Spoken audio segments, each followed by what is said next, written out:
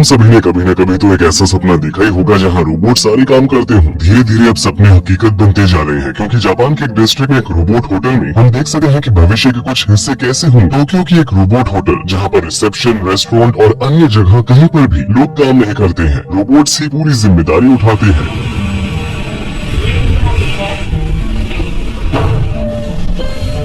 Reception में check in करने के लिए सबसे पहले हम मेल रोबोट के पास गए, जो हमारे सबसे करीब था।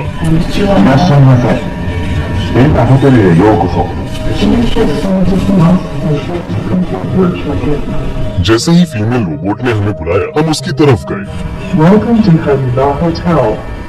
Please use the touch panel to select your language. Please scan your passport image with your controller device.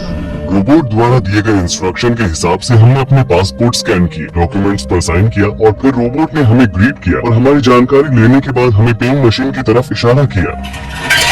हम इस मशीन के जरिए अपने आप ही भुगतान कर रहे हैं, इसमें कोई भी इंसान शामिल नहीं है। जापानी कल्चर में झुककर ग्रीट करना बहुत ही आम बात है। आखिरी बार एक दूसरे को ग्रीट करने के बाद हम रिसेप्शन से चले गए। देखो वहाँ पर कुछ है।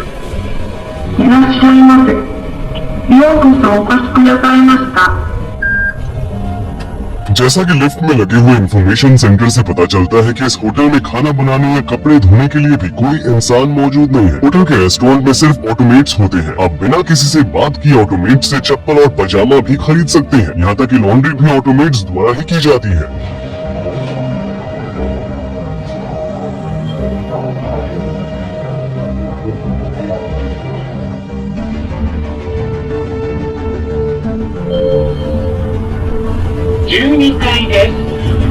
फेस रिकॉग्निशन की मदद से कमरे का दरवाजा अपने आप ही खुलता है। कमरे के अंदर जाते ही टेलीविजन अपने आप ही चालू हो गया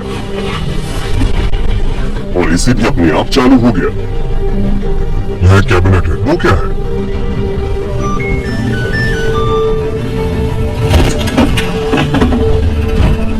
इस कमरे का एक फीचर जो मुझे बहुत ही दिलचस्प लगा वो है वार्डरोब, जहां हम अपने कपड़े रखते हैं। ये उन कपड़ों को ऑटोमेटिकली साफ और इस्त्री दोनों कर देता है। अंदर बनने वाली स्टीम, हॉट एयर फ्लो और 1 मिनट में 180 बार घूमने वाले हैंगर की मदद से हमारे कपड़े कुछ घंटों में ही तैयार हो जाते हैं। मैं अपना स्वेटर यहाँ पर रख रही हूँ। इसमें बहुत सलसल है। इन फिल्टर्स की मदद से अंदर एयर फ्लो होगा। हम देखेंगे कि ये सुबह तक इस्त्री हो पाता है या नहीं।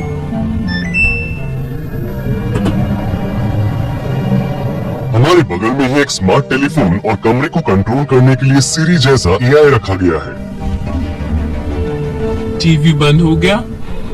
मैं अब इसे चालू कर रही हूँ। इससे चैनल बदलता है। इस पर एसी के टेम्परेचर को बदलने के लिए भी बटन है। चलिए इसे 22 डिग्री सेल्सियस पर सेट करते हैं। लाइट्स, क्योंकि मैंने लाइट्स बंद कर दी है, इसलिए अब सोने का समय हो गया है। अगले दिन रोबोट्स ने खिड़की और फर्श को साफ किया और हमने ये भी जाना कि रोबोट सामान भी उठाते हैं।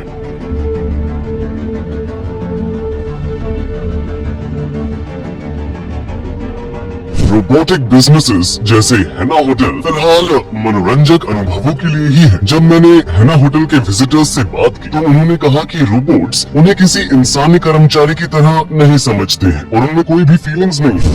काफी हद तक एम्प्लॉयमेंट कॉस्ट को बचाने के लिए जापान पहले से ही आधे मिलियन से भी ज्यादा रोबोट्स वर्कर्स को एम्प्लॉय कर चुका है। ये सभी देशों के बीच कायम किया गया बहुत बड़ा रिकॉर्ड है और उनकी बड़ी कंपनियों ने अगले 10 वर्षों में इसे 1 मिलियन से ज्यादा करने का गोल सेट किया है। टोक्यो में कई सारी जगहों पर रोबोट्स काम करते हैं, जैसे कि टेलीकम्युनिकेशन कंपनियों में और बैंकों में। इस रोबोट का नाम पेपर है। ये कैसे काम करता है? ओह, क्या ये हमारी बातें समझ पा रहा है? जैसे लोग इसके साथ बर्ताव करते हैं ये भी ठीक उसी तरह उनके साथ बर्ताव करता है। इसलिए अगर आप उसके सामने गुस्से में आएंगे तो वो भी आपके साथ गुस्से से ही बर्ताव करेगा। जब वो पहली बार किसी से मिलता है तो वो शर्माता है और अनकंफर्टेबल हो जाता है, लेकिन कुछ समय बाद उसकी भावनाओं में बदलाव उस व्यक्ति के बर्ताव के अनुसार अच्छे या बुरे रूप में देखा जा सकता है। जब बाकी लोग डिजाइन कर रहे थे कि हमारा भविष्य कैसा दिख सकता है, तब तक जापान उन सब से आगे भी निकल चुका था। इसलिए हमने टोक्यो में एक रोबोट फेयर में हिस्सा लिया ताकि हम आपको दिखा सकें कि कैसे कुछ कामों को सिर्फ रोबोट्स ही संभालेंगे। अब उन रोबोट्स को देखते हैं जिनका इस्तेमाल इंडस्ट्री में किया जाता है। उसके बाद हम उन रोबोट से भी मिलेंगे जो बिल्कुल इंसानों की तरह दिखाई देते हैं। रोबोट जो एयर प्रेशर की मदद से बॉक्सेस को एक जगह से दूसरी जगह पर लेकर जा सकते हैं। वे बड़े बड़े पैकेज भी उठा सकते हैं। इन सिलिकॉन्स के जरिए हवा को वैक्यूम करता है। ये सामान को उठा भी सकता है और नीचे भी रख सकता है। ये सच में बहुत भारी है। लोग रोबोटिक आर्म्स की मदद से ऐसे काम भी कर सकते हैं जो करने के लिए उनमें पर्याप्त शक्ति नहीं है। ये 13 किलो या 28 पाउंड का है। क्योंकि हमने रोबोट के पावर से फायदा पहुंचने की बात की थी, यहाँ एक व्यक्ति है जो रोबोट की पूरी बॉडी को कंट्रोल कर रहा है। वो अपने बाएं हाथ से उसके बाएं हाथ को कंट्रोल कर रहा है और दाहिने हाथ से उसके दाहिने हाथ को कंट्रोल कर रहा है। ऐसे रोबोटिक आर्म्स भी हैं जो कैरी करने वाले बैंड पर भी कैप लगाते हैं। रोबोटिक आर्म्स जो बहुत ज्यादा टैलेंटेड हैं और इंसानी हाथों की तुलना में तेजी से काम करते हैं।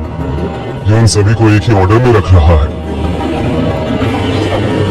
देखिए कितना कम गैप है, बिल्कुल ना के बराबर। ये इस बात का एक और सबूत है कि वे कितने परफेक्ट और फास्ट हैं। एक सिस्टमैटिक टीम वर्क की तरह, जहाँ एक रोबोट छोटे सफेद बॉक्स को बैंड पर रखता है, वहीं दूसरा उन्हें एक बड़े बॉक्स में रखता है और भरे हुए बड़े बॉक्सेस को उनकी सही जगह पर लेकर जाता है।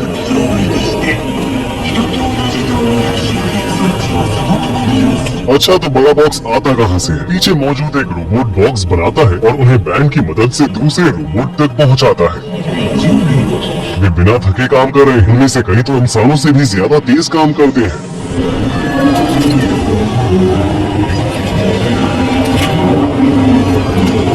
इसकी पकड़ वाकई में बहुत मजबूत है। और ये रोबोट अपनी काबिल तारीफ क्षमता की मदद से सर्कल्स के बीच में जो स्पेस है उसमें से स्टिक निकालता है। ये सिर्फ हमारे मनोरंजन के लिए ही है।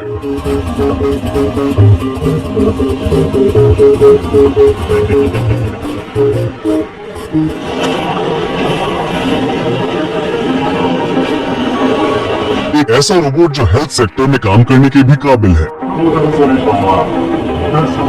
यहाँ पर देखकर हमें पता चलता है कि जो भी काम इंसान करते हैं उन्हें रोबोट्स द्वारा भी किया जा सकता है। ये वे रोबोट थे जिनका इस्तेमाल इंडस्ट्री में किया जाता है। क्या मैकेनिकल इंटेलिजेंस के भी कुछ उदाहरण हैं जिन्होंने मनुष्य की तरह समझ हासिल कर ली है? इसी बात का जवाब ढूंढने हम सबसे बड़े साइटेक म्यूजियम मिराइकन गए। रास्ते में हम बेशक एक रोबोट कैफे में रुके। यहाँ कोई भी इंसान नहीं है जो कॉफी सर्व करता हो।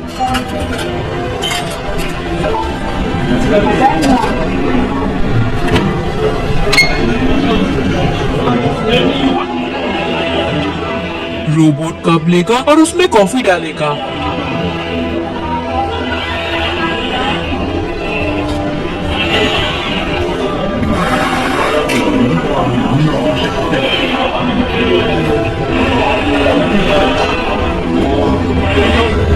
कैफे के पास रोबोटिक डॉग्स भी थे।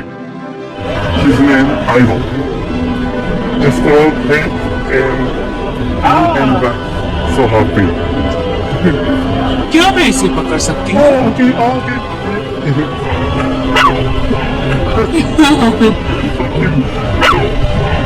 मिराइकन की एग्जीबिशन दर्शाती है कि भविष्य में इंसान रोबोट्स के साथ कैसे इंटरेक्ट करेंगे। एक बहुत ही बड़ा world model robot butterflies, robot ecosystem अपने आर्टिफिशियल लिम्स और सिलिकॉन के स्किन्स के साथ बिल्कुल एक मनुष्य की तरह। ये रोबोट्स एक मशीन और एक मनुष्य के बीच की समानता दर्शाते हैं। जब वो इस रोबोट से मिलता है तो उसे ऐसा ही महसूस होता है जैसे वो कमरे में एक इंसान के साथ बैठा हो और एक इंसान को देख रहा हो। ये एक एनोइड है, ये एक छोटे मनुष्य के बच्चे की तरह है। इसका मकसद रोबोट और इंसानों के बीच बातचीत को बेहतर बनाना है। अन्य बेबी रोबोट्स कुछ इस तरह दिखाई देते हैं। सिलिकॉन के स्किन के नीचे रोबोट का असली शरीर इस तरह दिखाई देता है।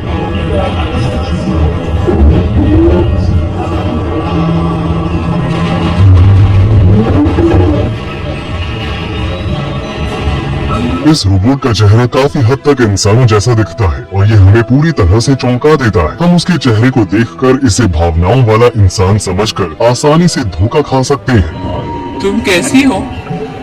मैं ठीक हूँ, आप कैसी है? मैं भी ठीक हूँ। तुम रोबोट हो या इंसान?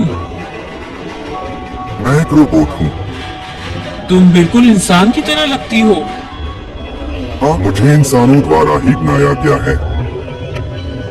क्या मैं तुम्हें छू सकती हूँ?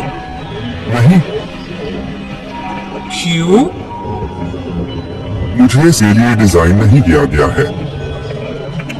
ठीक है, तुम्हारी उम्र क्या है? मेरी उम्र 2 साल है। तुम्हारी आवाज बिल्कुल भी लड़की जैसी नहीं है। हाँ, शायद मेरी प्रोग्रामिंग में कोई खराबी है।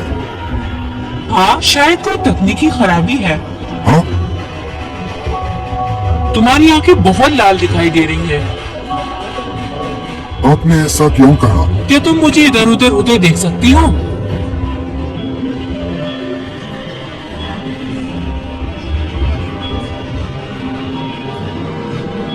तुम बिल्कुल इंसानों की तरह हो। तुम किस देश से हो? जापान। क्या तुम्हें अजीब नहीं लगता कि लोग हर रोज तुम्हें यहाँ देखने आते हैं? नहीं, मुझे अजीब नहीं लगा, बल्कि मुझे खुशी मिलती है। तुम सारा दिन यहीं बैठकर लोगों से बातें करती हो? हाँ, मैं पूरे दिन यहीं रहती हूँ और लोगों से बातें करती हूँ। इस सिस्टम को ऑटोन्यूरॉइड कहा जाता है। आप सोच सकते हैं कि लड़की एक समझ वाले रोबोट से बात कर रही थी, लेकिन बातचीत शुरू होने से पहले मैंने कंट्रोल रूम में प्रवेश किया और रोबोट के मुंह की नकल, गर्दन की हरकत और आवाज सहित हर चीज को दूर से ही कंट्रोल किया। मैं अपनी गर्दन को बाएं से दाएं घुमाने जा रहा हूँ। ये रहा हमारा कैमरामैन दोस्त। हेलो।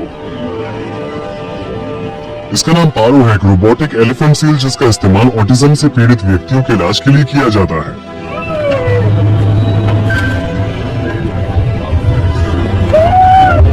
फिर हमने मशहूर रोबोट असीमो का शो देखा। アジロそろそろ行きます準備はいいですか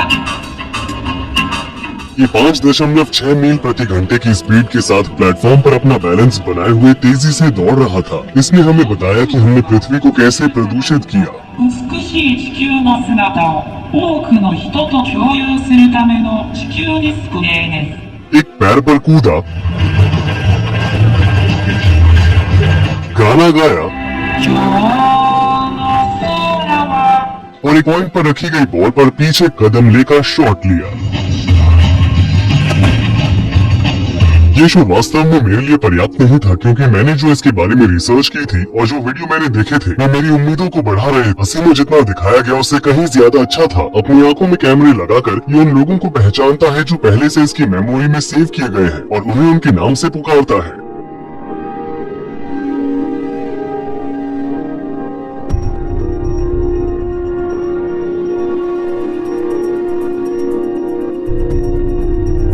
जब कोई भी उससे बात करता है तो वो उस व्यक्ति की तरफ मुड़ता है और कम शब्दों में बात करता है। जब उसके सामने कोई बाधा या कोई व्यक्ति आता है तो वो अपनी दिशा बदल देता है। जब कोई उसके साथ हाथ मिलाता है तो वो भी हाथ मिलाता है। वो एकदम सही ढंग से अपनी उंगलियों और हाथों का इस्तेमाल करता है। शो खत्म हो जाने के बाद और लोगों के चले जाने के बाद हमने देखा कि अटेंडेंट्स ब्लैक स्पॉट्स को कवर कर रहे थे। असीमो की हर चाल को पहले से ही प्रोग्राम किया गया था। रोबोट अपने आप ही नहीं चल रहा था। उसके बाद हम वापस रोबोट होटल आ गए।